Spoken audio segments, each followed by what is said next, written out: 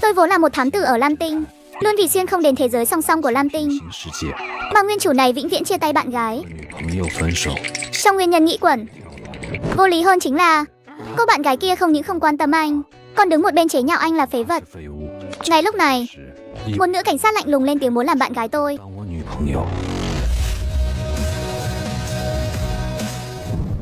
Lý Vũ, anh rốt cuộc có thấy phiền không hả? Tôi đã nói rồi, anh ngay cả xính lễ cưới tôi cũng không có. Mọi người đừng lãng phí thời gian nữa. Anh có thể giống một người đàn ông một chút không? Đừng lấy chuyện nhảy lầu ra đe dọa là có thể khiến tôi đổi ý sao? Tiểu thư, nếu cô không đến để khuyên nhủ thì mời cô đi xuống cho. Đừng có đưa ra những lời lẽ và hành vi mang tính kích động đối với nạn nhân. Được thôi. Nhìn bộ dạng mỉa mai của Tiêu Tình Tình, lúc này Lý Vũ suýt chút nữa bật cười thành tiếng. Những hành vi ngu xuẩn trước đây trong mắt anh thật là vô lý. Anh Lý, thế giới này thực sự rất tốt đẹp.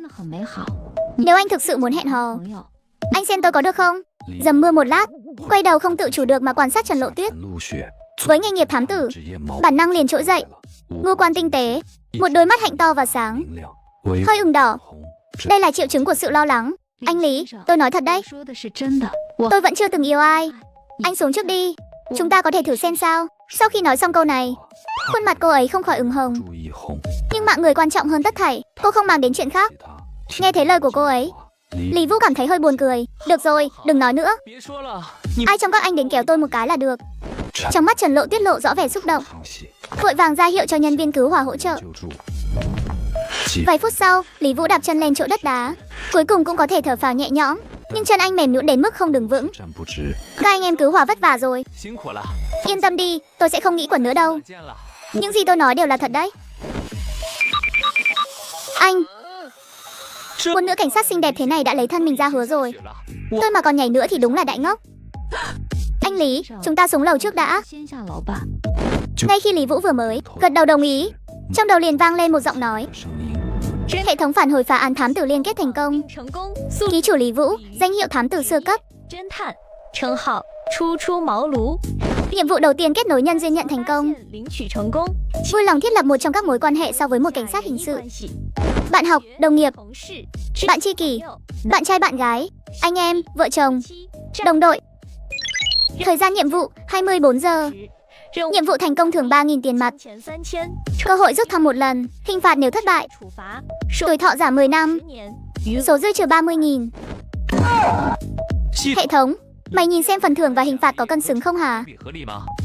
Chờ nửa ngày hệ thống không phản hồi. Lý Vũ không còn cách nào khác, chỉ có thể cắn răng chấp nhận thôi. Cảnh sát, cô vừa nói muốn làm bạn gái tôi có tính không? Cô chắc là sẽ không lừa tôi chứ? Không đâu, tôi nói được làm được. Phim, chúc mừng ký chủ hoàn thành nhiệm vụ kết nối nhân duyên. Thưởng 3.000 tiền mặt, một lần rút thăm, ký chủ có muốn rút không? Rút.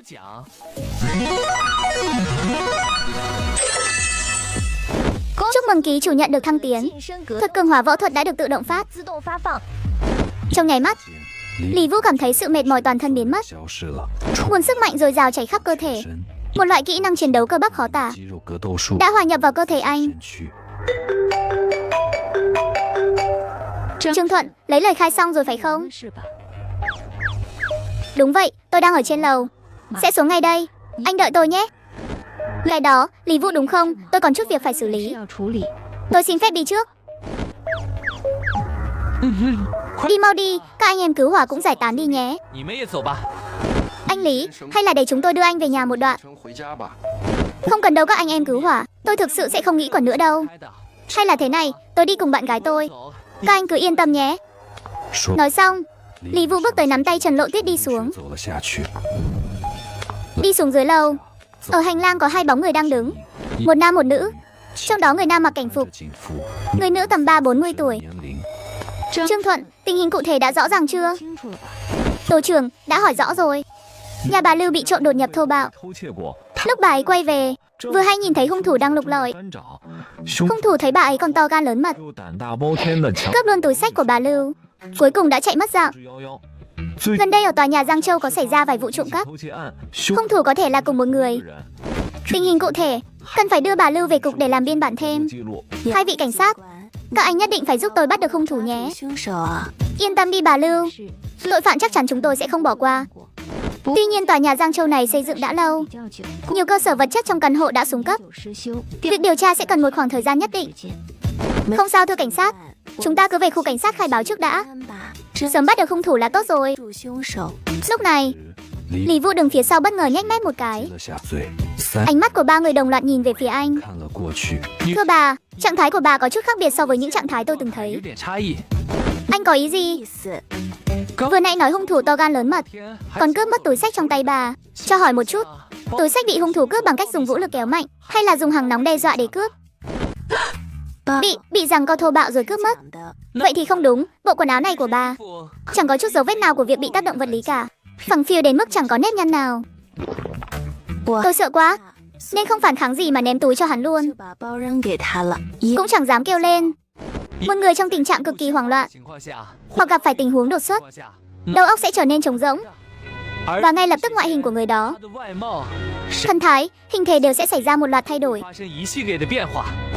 Nhưng nhìn từ thần thái của bà chẳng có vẻ gì là quá lo lắng cả.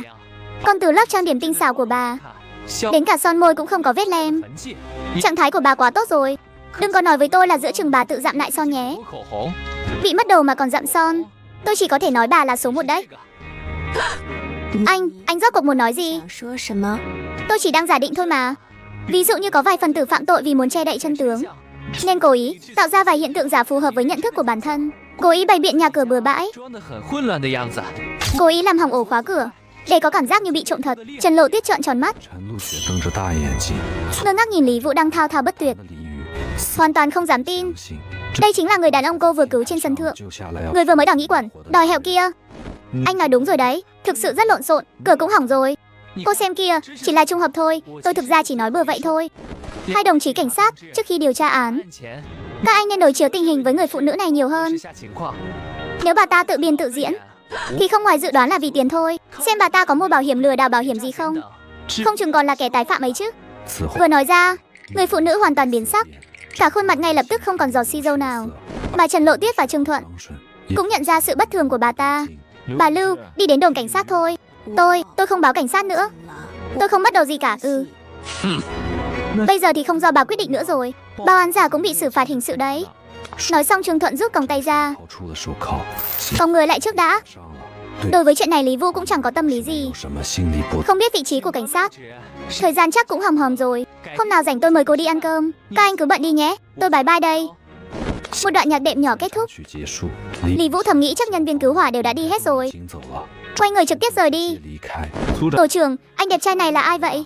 Khả năng phá án có vẻ rất mạnh nha. Cái không nên hỏi thì đừng hỏi.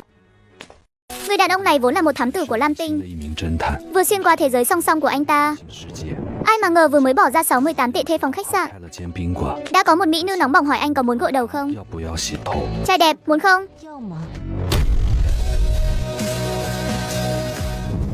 Mặt người phụ nữ đầy vẻ lẳng lơ, là một tư thế quyến rũ. Chịu rồi, tao đi ngủ khách sạn mà cũng gặp phải bấy tình. Đúng là không nên tham của rẻ mà.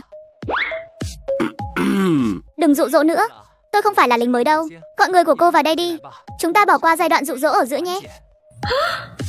Ha ha ha ha.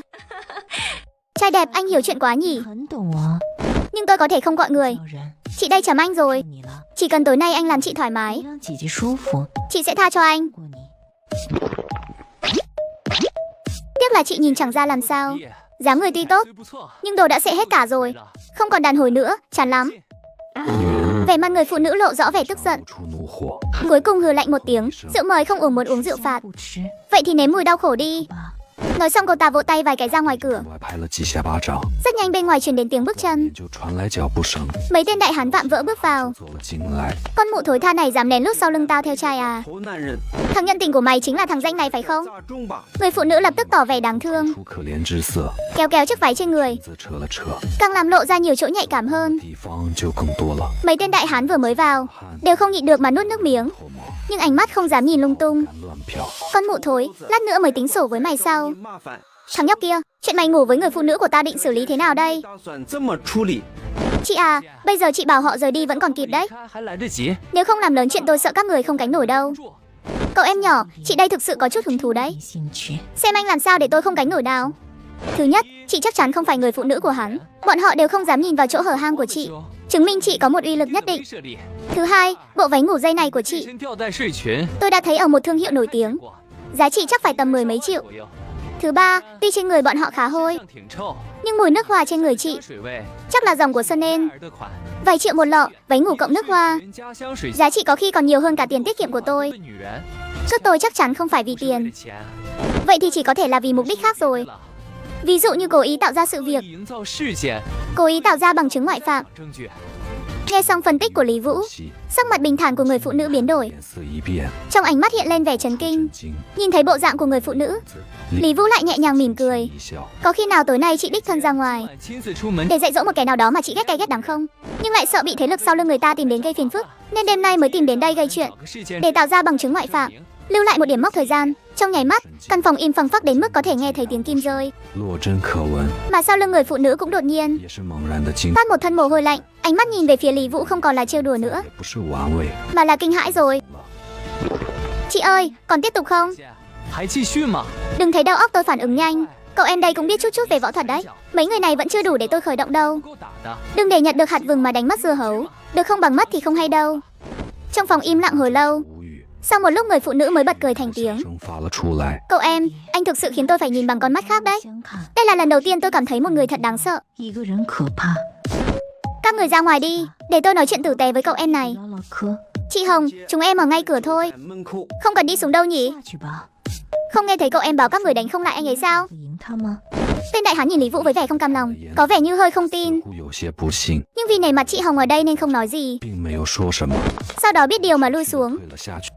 Cậu em thực sự không cần nhắc chuyện cùng chị qua đêm sao? Thôi à, chúng ta còn lạ lắm quá. Vừa rồi lại bóc mẽ chị xong, tôi sợ chị giữa trường sẽ trả thù lắm. Cậu em thật là cảnh giác. Anh thông minh như vậy, chắc biết mục đích chị ở lại rồi chứ. Muốn tôi làm chứng cho chị chứ gì. Nhưng tôi không sẵn lòng lắm đâu. Cậu em à, không đánh không quen biết mà. Chị có thể trả một chút thù lao.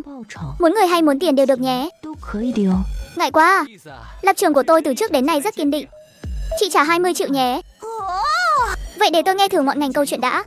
Chị Hồng mắt không rơi lệ kể lại tình hình. Hóa ra là tối nay chị Hồng đã dạy dỗ một con tiểu tam, sau đó muốn tìm một bằng chứng ngoại phạm. Về việc này tôi không từ chối, gật đầu đồng ý luôn. Sau đó lấy điện thoại ra bảo cô ta kết bạn WeChat chuyển khoản, để lại lịch sử chuyển khoản bên phía tôi. Hợp tác vui vẻ. Nhưng cậu em thực sự không muốn chị ngủ cùng sao? Kỹ thuật của chị cũng tốt lắm đấy nha. Chị mà trẻ lại 10 tuổi thì có lẽ tôi sẽ cân nhắc đấy. Khéo léo quá tôi chơi không lại chị đâu. Nhưng chị đừng có thử nữa. Bà đây có chìa khóa đấy. Cẩn thận bà đây trèo lên giường của anh. Đừng thử thách chị mà.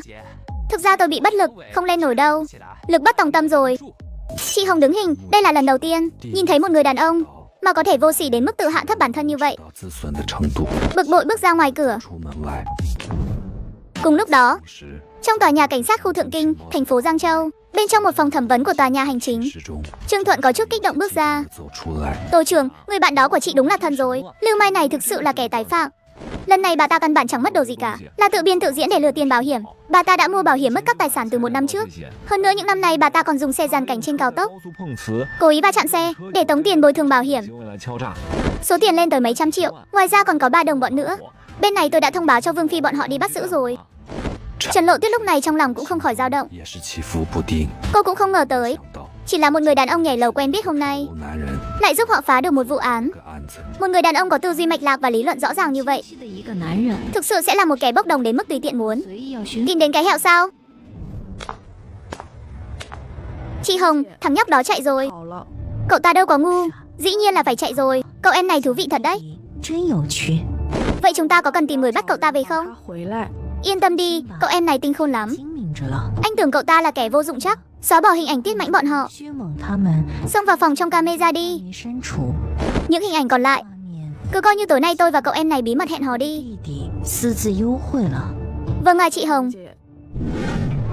Ngày hôm sau Lý Vũ liền cưới xe điện đi dạo trên các đường phố ở Giang Châu. Anh muốn tìm một mặt bằng vừa có thể ở, vừa có thể mở văn phòng thám tử. Dù sao anh vẫn phải đi theo con đường thám tử này. Đúng như dự đoán, nhiệm vụ bắt đầu thành công. Một thám tử ưu tú đương nhiên phải đến hiện trường vụ án rồi. Nếu không thì phá án kiểu gì đây? Vui lòng đến khu dân cư Việt Lĩnh trước 7 giờ rưỡi. Đến căn hộ 701, đơn nguyên 3. Phần thưởng nhiệm vụ thành công. Sau khi thành công có thể nhận được danh hiệu chân chạy thần tốc. Hình phạt nếu nhiệm vụ thất bại. Ông kia, hóa ra chỉ là bị đau chân một chút thôi sao? Đau 1 tiếng đồng hồ thì cũng thường thôi mà. Cái hệ thống thối tha này, mày thâm thật đấy.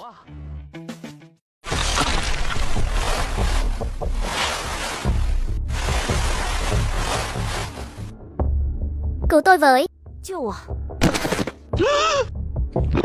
Trời đất ơi, thù hắn sâu đậm đến mức nào đây? Đến nỗi cả cái chân cũng bị xử lý mất một cách dã man thế này. Đúng vậy, một cô gái xinh đẹp thế này mà lại bị hại thành ra nông nỗi này. Nhất định phải tìm ra hung thủ. Nếu không buổi tối ai mà dám đi ngủ nữa. Nhìn thấy ánh mắt hóng hớt của bọn họ, Lý Vũ đã loại trừ được nghi phạm. Nạn nhân có thể bỏ ra ngoài được, chứng tỏ hung thủ đã rời khỏi hiện trường vụ án từ lâu.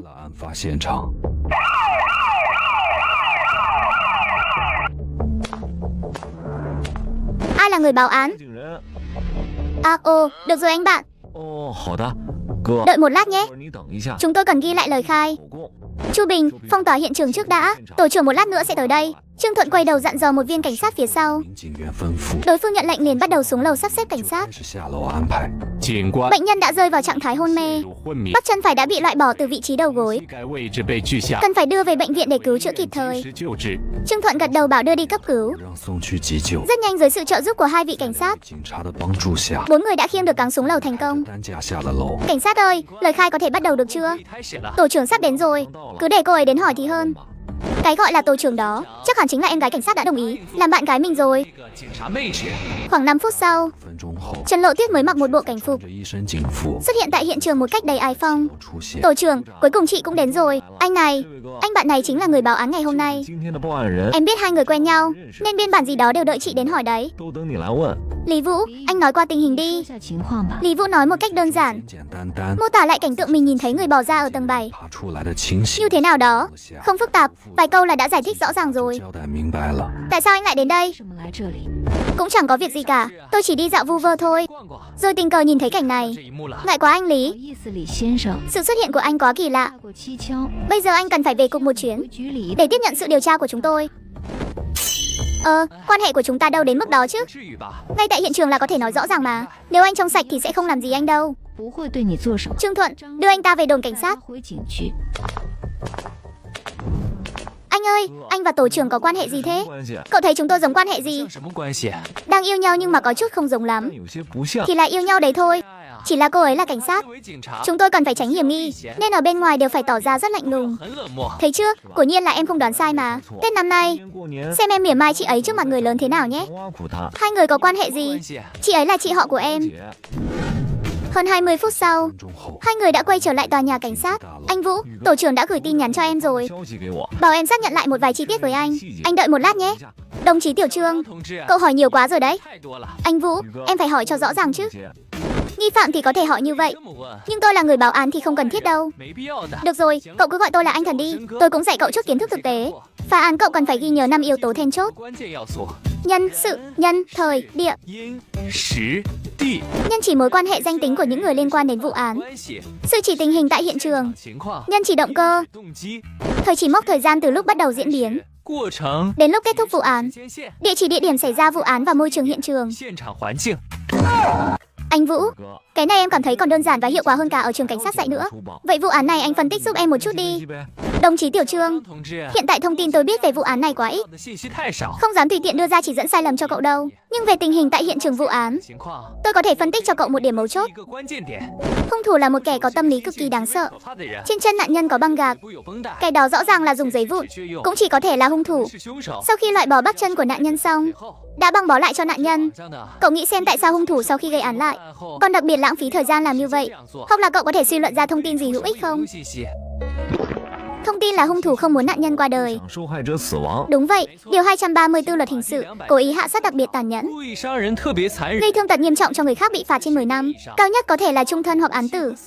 Điều 232 tội hạ sát thì hình phạt là án tử, chung thân hoặc trên 10 năm. Nói đến đây, Trương Thuận có chút không hiểu nổi, lúc này mới phản ứng lại. Tội danh giữa cả hai dường như đều tương đương nhau. Nạn nhân có ra đi hay không thì mức án cũng không khác biệt lắm. Hung thủ hoàn toàn không cần thiết phải làm thừa một bước là băng bó cho nạn nhân. Vậy tại sao hung thủ lại làm như vậy?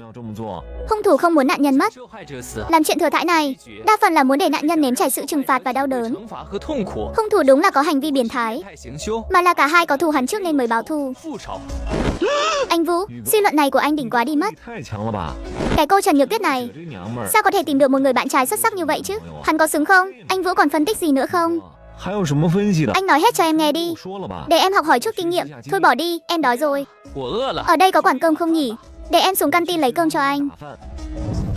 Tổ trưởng, đây là tài liệu đồng nghiệp bên bộ phận hộ tịch đã đối chiếu rồi gửi qua. Nạn nhân tên là Uông Tiểu Thu, 35 tuổi, là một bơ làng du lịch, từng là người dẫn chương trình đám cưới.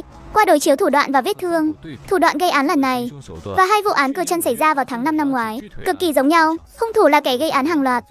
Vương Phi, vụ án này năm ngoái do tổ trọng án số 1 phụ trách đã thông báo cho đội trưởng Hạ xem có chuyển giao vụ án hay không. Rõ. Tổ trưởng, đội trưởng Từ thông báo chúng ta đến phòng họp hành chính để họp, để bàn giao chi tiết vụ án lần này. Đi thôi, qua đó trước đã. Các cậu liên lạc với Trương Thuận, bảo cậu ta cũng mau chóng qua đó. Lúc họp hình sự, Từ Trung Thiên mặc chiếc áo khoác cà cất, hai tay đặt trên bàn, ánh mắt điềm tĩnh đứng phía trước. Chuyện này tôi sẽ không nói quá nhiều. Vụ án cơ chân hôm nay qua khảo sát và nghiên cứu, hung thủ gần như là cùng một người. Nói cách khác, hung thủ là kẻ gây án hàng loạt. Vụ án này năm ngoái chưa phá được, cấp trên đã rất tức giận rồi. Năm nay lại xảy ra sự việc ác liệt này một lần nữa. Cấp trên đã ra lệnh từ năm ngoái tổ 1 do Đỗ Đào dẫn dắt vì để phá vụ án này. Năm ngoái, tổ công tác do Đỗ Đào dẫn đầu để phá vụ án này. Nên lần này, tôi để 3 tổ các cậu gác lại các vụ án khác, cùng hợp tác với nhau, nhất định phải bắt được hung thủ vụ cưa chân. Vụ án này của thực là sơ suất của chúng tôi vào năm ngoái, nhưng năm nay lại xảy ra lần nữa. Tổ chúng tôi nhất định có thể phá án. Đỗ Đào tiếp tục kể về chi tiết vụ án năm ngoái, giống hệt như những gì Lý Vũ đã phân tích hôm nay. Trương Thuận ngồi phía dưới nghe thấy lời của Đỗ Đào, càng thêm khâm phục Lý Vũ. Anh Vũ mạnh thật đấy. Vụ án cơ chân sáng nay qua điều tra của cảnh sát đã xác nhận là cùng một người gây án với hai vụ cưa chân hồi năm ngoái, gây ra sự hoang mang cực độ cho cư dân. Chúng ta hãy cùng nghe phản hồi từ phía cảnh sát. Xin mọi người hãy yên tâm, lần này cảnh sát chúng tôi đã giăng thiên la địa võng, sẽ không để hung thủ chạy thoát nữa. Thời gian này xin mọi người chú ý an toàn, nếu không có việc gì thì cố gắng đừng ra ngoài. Trương Thuận, có chuyện gì vậy? Anh Vũ cứu mạng với. Anh giúp chị em phá vụ án cưa chân đi. Hôm nay chị họ em bị bắt nạt rồi. Tôi đâu phải cảnh sát, làm gì có tư cách phá án. Hơn nữa chị cậu là cảnh sát, ai mà bắt nạt được chứ? Con không phải mấy tên bên tổ trọng án sao? Vì để phá án mà coi chúng em như trâu ngựa vậy. Bây giờ còn bắt chúng em chờ lệnh giải tỏa, chuẩn bị đi điều tra. Nhân viên đang làm việc tại bệnh viện là vì cho rằng hung thủ có kinh nghiệm y tế nhất định nên mới điều tra theo hướng này đúng không? Là vì hung thủ đã dùng thuốc mê để gây án. Thứ này trên thị trường rất khó mua. Mua bán phải có ghi chép. Tổ trọng án tra được bệnh viện số 3 có ghi chép mất thuốc mê. Bây giờ đang đến bệnh viện số 3 điều tra rồi. Cái này cũng không có vấn đề gì, nhưng bọn họ cố ý giao việc cho chị em, hết việc này đến việc khác, làm không hết thì lại phê bình chị em, còn vu khống chúng em không phối hợp. Cho nên em mới nghĩ đến anh. Anh Vũ, anh giỏi như vậy, chắc chắn có thể giúp được bọn em. Tôi cũng đâu phải thần thánh, án đâu phải muốn phá là phá ngay được. Được rồi, tôi đi ngủ đây. Có chuyện gì thì để mai nói sau đi. Tinh, sự trả giá của bạn cuối cùng sẽ được đền đáp. Sau khi phá án có thể nhận được phần thưởng. Có kích hoạt nhiệm vụ đầu tiên hiện tại không? Kích hoạt nhiệm vụ thành công. Nỗi phiền muộn của bạn gái, khó khăn là mới tìm được bạn gái. Sao cô ấy lại có chút không vui thế kia nhỉ? Là một người bạn trai, sao bạn có thể khoanh tay đứng nhìn? Tất nhiên là phải chúc cô ấy phá được vụ án rồi. Vụ án cưa chân. Mức độ tham gia đạt 60%. Nhiệm vụ thử nghiệm thành công. Phần thưởng thành công 50.000 tệ, 1.000 điểm tích lũy, một lượt quay thưởng. Hình phạt khi thất bại trong nhiệm vụ 5. Lần đầu tiên của đàn ông mà không bền bỉ là chuyện bình thường, có thể thông cảm được. Cái hệ thống vớ vẩn này, hệ thống nịnh bợ, xem ra thật sự phải liên kết sâu sắc với Trần Nhược Tuyết rồi. Cũng may là mình vẫn luôn duy trì quan hệ. Anh Vũ, anh có đang nghe không đấy? Được rồi, tôi đồng ý. Nhưng có một vấn đề, tôi là nhân viên ngoài biên chế, muốn tham gia thì các cậu cần phải làm đơn xin. Anh Vũ, chuyện này anh không cần lo, chỉ cần anh chịu tham gia, em có thể xin cho anh một danh hiệu cố vấn. Sau khi cúp điện thoại, Trương Thuận liền đi đến văn phòng của Từ Trung Thiên. Anh Từ, anh giúp em lấy một suất làm cố vấn hành chính đi. Cậu muốn tìm người tham gia vụ án sao? Cậu muốn tìm ai? Anh rể em chứ ai? Hả? Cậu tìm tôi tới để phá án á? Không phải, là chị họ Tuyết kìa. Sao tôi không nhận được chút tin tức nào vậy? Mấy năm trước chị ấy không muốn bị gia đình ép gả, nên mới chạy đến Giang Châu gia nhập cục cảnh sát đó thôi. Ôi dào, chuyện yêu đương này ai mà nói trước được. Đại ca, anh cứ làm một suất cố vấn đi. Đợi anh rể đến cục cảnh sát là anh sẽ thấy thôi. Ha ha ha ha ha, được. Cậu bảo cậu ta ngày mai đến để đăng ký thông tin. Tôi cũng muốn xem thử Tiểu Tuyết tìm được anh bạn trai thế nào. Ngày thứ hai, Lý Vũ nhận được tin nhắn liền đến tòa nhà cảnh sát. Anh Vũ, em đưa anh đi điền hồ sơ tuyển dụng trước. Điền xong rồi, em sẽ đưa anh đến văn phòng tiểu đội của chúng ta để xem tài liệu. Được, nhân tiện cậu kể cho tôi nghe về vụ án này đi. Vừa đi, Trương Thuận vừa nói ra tất cả những gì mình biết. Cộng thêm vụ năm nay nữa, tổng cộng đã xảy ra 3 vụ rồi. Các nạn nhân đều bị cưa đứt bắp chân, ở phần dưới đầu gối. Anh Vũ, hung thủ này khá xảo quyệt đó. Đêm qua em xem vụ án này, cũng thấy có chút không biết bắt đầu từ đâu. Đặc điểm của những hung thủ có thể gây án liên tục là rất tự tin. Không dễ tra ra cũng là chuyện bình thường. Nhưng trên đời này không có vụ án nào là không phá được cả. Chỉ là xem nguồn lực bỏ ra có đủ hay không mà thôi. Đội trưởng, cố vấn ủy quyền của tôi tới rồi đây. Chào đội trưởng Từ, tôi tên Lý Vũ. Tôi nghe đồng chí Tiểu Trương nói rồi. Cảm ơn cơ hội tham gia vụ án mà đội trưởng Từ đã phê duyệt lần này.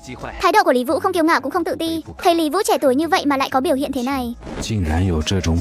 Trong mắt Từ Trung Thiên lóe lên một tia ngạc nhiên. Đồng chí Lý.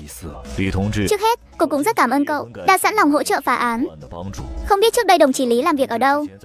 Giao đồ ăn à, đội trưởng Từ, anh Vũ giỏi lắm đó.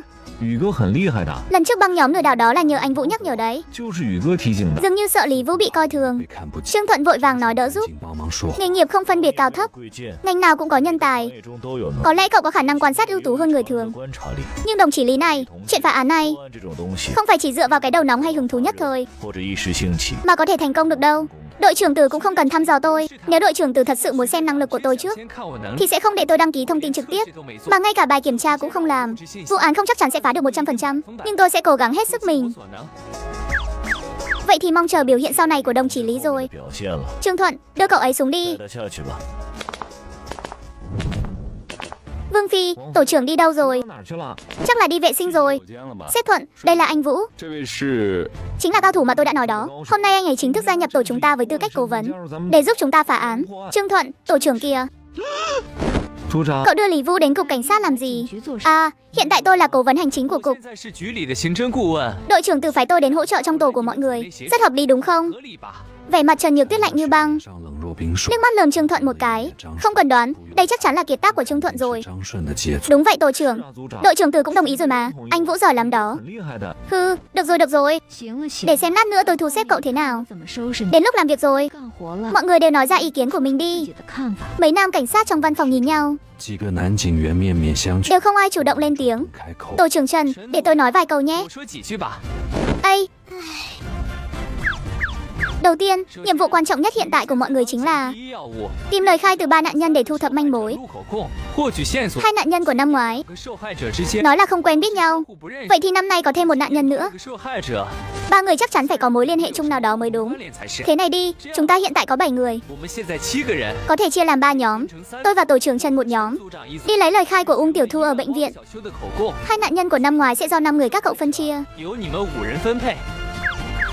Có thể dọn dẹp đồ đạc rồi xuất phát ngay.